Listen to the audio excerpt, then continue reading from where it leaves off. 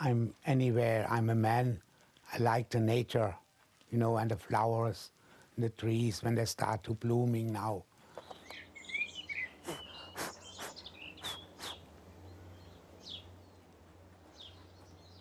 But I never know what is tomorrow.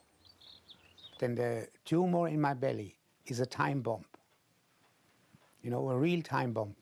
And I never know what is tomorrow. And I enjoy it now, every day.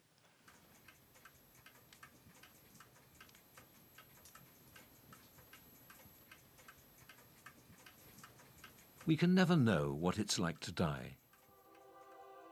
But some people have come very close to death only to revive at the final moment to tell the tale. Their near-death experiences might offer some insight into what happens in the dying brain. I was in a motorcycle accident in which I suffered a fractured skull and numerous broken bones in my head. I said, God, if you're out there, because I was kind of an agnostic, you can have me now because I'm finished. I can't go on. And it was at that point that I felt myself separating from my body and entering into the near-death experience.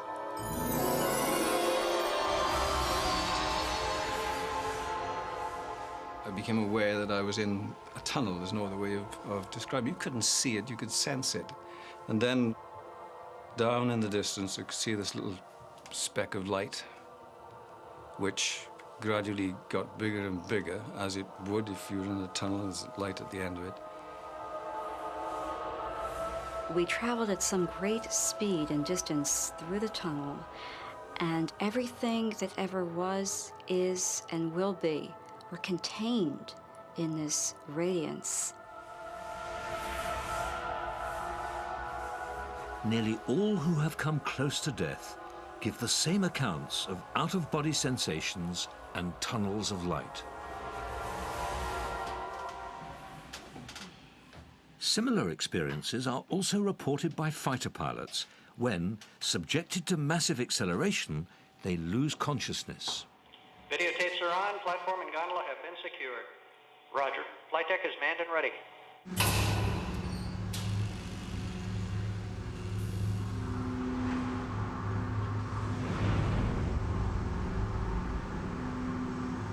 This is the world's largest centrifuge.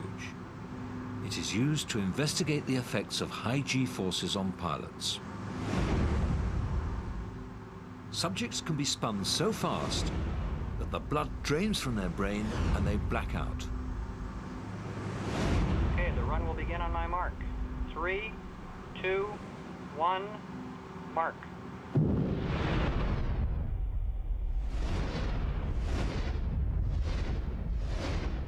We feel like our investigation of loss of consciousness is about as close as you can get to investigating that next state, which is death.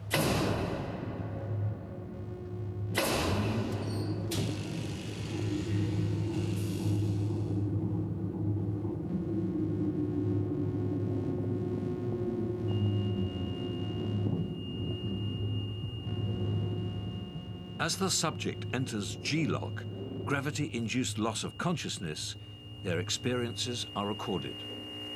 I can't get to the damn thing. Okay, sir, light loss? Shit, I don't know where I am. The sensations that we have associated with blackout nearly always include a tunneling of the vision down to a central point where you just have light ahead of you.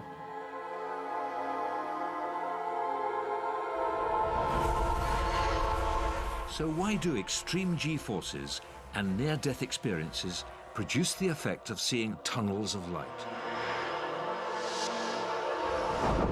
While the brain is starved of oxygen, neurons which deal with vision fire at random. This creates the sensation of bright light. As there are more neurons devoted to the center of our visual field and less at the edges, the light appears to be brightest in the center, creating a tunnel effect. Had I had the choice, I would never have wanted to leave. This was just so perfect, so wonderful. Can't describe it. It was just total love, happiness, bliss, knowledge. 3, 2, 1, pressure. Just ride relax, get 100% on it. I've had about 35 loss of conscious episodes. There it is. Nearly all of those have been such that they're very, very pleasant and almost give you a sense of euphoria. The sensations of euphoria may be because the brain releases opiate-like substances to relieve the acute distress and pain.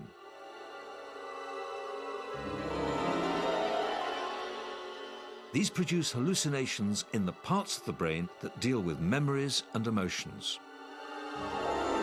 This research has certainly allowed me to have a much greater understanding and reduction in the amount of fear associated with losing consciousness and then dying.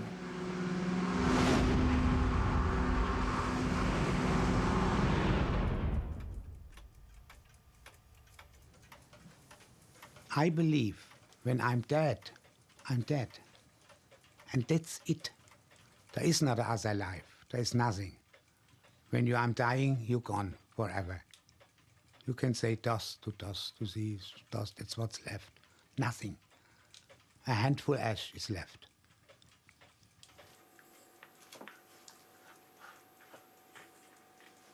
Monday. It was just a normal day. We had breakfast together and just like every day. When we went to sleep, it was everything normal. On a Tuesday morning, Herbie called me around 5 o'clock, and then he said to me, he was very heavy breathing and he was feeling very uncomfortable. And then he said to me, Hannelore, I think I died today.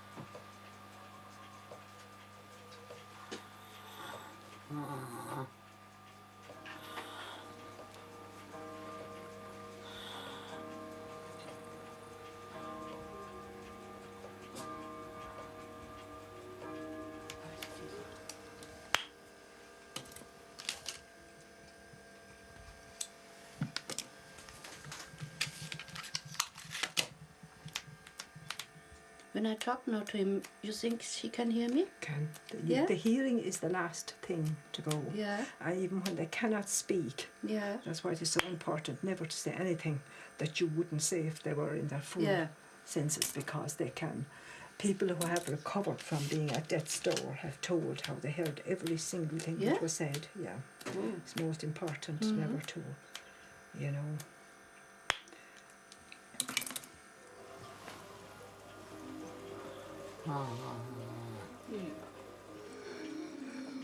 Alles klar?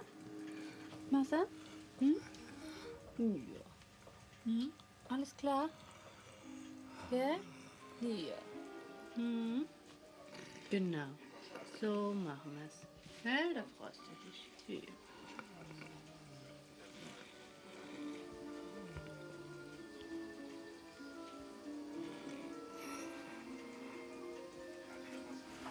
Herbie wants something. He's reaching there for the holder. In the final hours, Herbie receives visits from friends. Brendan and his young daughter Orla come to see him for the last time. Let's put those into Herbie's hand and hold his hand, because he's lovely and warm. And if I was loaded with morphine, I think I'd be pretty warm too. Herbie hasn't got long for this world, I suppose. But he can hear you when you speak to him. He's been preparing for this for a long time. Sing him the song von der Hedda. Be going all to the mountains. Yeah, why not? Why not?